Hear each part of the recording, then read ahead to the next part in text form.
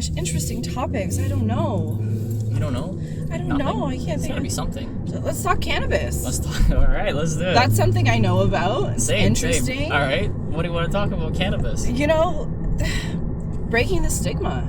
Okay. Is there still a stigma? There is still a huge stigma. It's definitely becoming a lot more accepted since being legalized, but there's still a lot of people. I have a problem with that term legalized. I don't think it's actually legalized. I think that's bullshit. But it's regulated. There we go. That's what it is. Legalized is like what an apple is. So that's legalized. Yes. Yeah. Yeah. So it's regulated now. Yeah. So we're allowed to have it, but we have to follow a lot of rules with it. Right. Like child safety locks on your fucking. Never mind.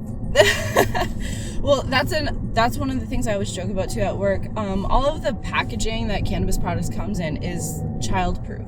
You say child-proof. I swear to you, I can't get inside some of them. But here's the thing. I can't. That's the thing. We have so many people coming in saying like, I can't open it. Especially older people. They have arthritis in their wrists. They can't open it.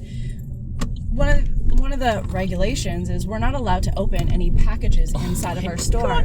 So we literally have to go outside, help customers, and open the package for them. Open their packages. It's crazy, but I'm like, I have 2 kids, and I bet you $100 if I gave them any package I had, they'd probably be able to open it. They'd figure out first. That's one thing. And the second thing is like, why aren't there like bottles of rum that are childproof? Right? That's a lot worse. You know, it's a lot easier for a kid to take a swig of rum than it is for him to light up your whatever it is that you bought. I agree. I'm a lot more concerned about my kids accessing alcohol than cannabis. You know, like there's so much more harm that alcohol does. Like, what does cannabis do? It makes you fall asleep and get the munchies. Really? I don't know about that. Neither of those things happen to me, but for a lot of people. For a lot of people. Exactly. For not lifetime stoners, but. Yeah. Yes, exactly. It's a little bit different for those who are accustomed to fully using. baked. Yes, exactly. Yes. Yeah, but there's so much stigma that's stuck to it still. Right. Especially like me, I'm a mom. Why is it okay for moms to be all like, ooh, I can't wait to have a glass of wine, like every night after the kids go to bed, but as soon as I say like, I'm gonna go out and smoke a joint, everybody's like, oh my god. I love those people who are like, I don't want to do drugs. I can't believe you would do that in front of your kids. Yeah. I'm like, well, I get more impaired off a glass of wine than I do like forget glass of wine. Like if I drink a cup of coffee, I'm fucked for the rest of the day. Really? Like everything is fucked. My head, my stomach, everything goes to shit immediately. You know how I fix it? Smoking weed. Yep, it brings me right back. But it's not like if I'm on a normal day I need to smoke weed to be normal. No, not at all. Not at all.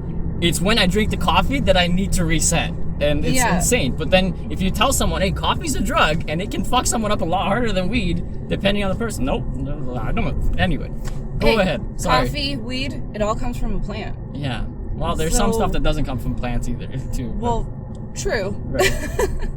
Which are, you know, a little bit harder. Sometimes. Yes. Yes, those are very, it's more of a special occasion stuff for a lot of people. Maybe. Weed is the everyday kind of thing, and you say special occasion, like you've heard of people microdosing LSD, right? Yes. Like people go to work microdosing LSD, so that's not a special occasion to them. That's just like not for them. Like, but that's the great thing with microdosing is, you know, LSD helps a lot of people with a lot of different issues, and microdosing really helps them with those issues without making them completely high or like incoherent. Now, I'm wondering how many people macrodose going to work. That would be an interesting statistic that you're not going to find out. That would be interesting to find out. But I'm sure there's people out there, 100%. Yeah. Oh yeah. I mean, I've gone into many places, and I'm like, wow, these people working here, they're definitely Really? What kind of places? I mean, like other like retail stores, fast food. You went to a fast food chain, you're like, this guy is like on a different planet right now. There's been some times like there was a Burger King I went to a few months ago, and like the guy working there, I'm like, he's not here. Please tell me how you figured this out. I don't, just the way he was acting, the way he was talking, the glazed over look in his eyes, like, I see. Very like nervous, but not the, oh, I just started working here, I'm nervous kind of thing. It was like yeah, but here's shit, I hope these people aren't cops kind of nervous. Like, if all those things you're saying are true, the guy was actually high, and they're all symptoms of that, then wouldn't that be an argument against doing drugs because you're clearly not able to function normally? That's... Right? Yeah. That's where it's so hard, because some people can do drugs, whether it's weed or LSD or anything else. Right. And you wouldn't even know. Yeah. Like, they don't show any signs of being impaired, being high. But then others, it's like a microdosing will like totally fuck them up. Yep. So it all depends on your tolerance levels, how long you've been using. Like, it's... Yeah, but that's not something you can, it's different for everybody, though. So that's why it's so hard to... Yeah, but here's the thing. Like, I know people, like, I'm not going to name names, but I know people who drive, like, blasted, like, drunk blasted. Oh, yeah. Right?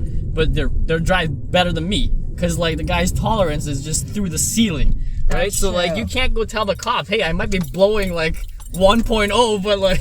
I know fine. a lot of people like that. Like, they Right? can be completely wasted, and... you wouldn't know. They drive perfectly fine. Right. But then there's the opposite case. A guy is like below the limit and doesn't know what the fuck he's doing. So like, it's hard. It's really hard. And I guess the law needs to come down on people for some reason. Are we going here, by the way? Oh, yep, right here. Okay. Right next to McDonald's. All right. It's a really nice location to have like a weed shop. You got McDonald's right next door. I guess. It depends on the person too. There's a lot of people, regulars, they come in, they get their weed. They head over for their French fries. Interesting. Yeah. Interesting.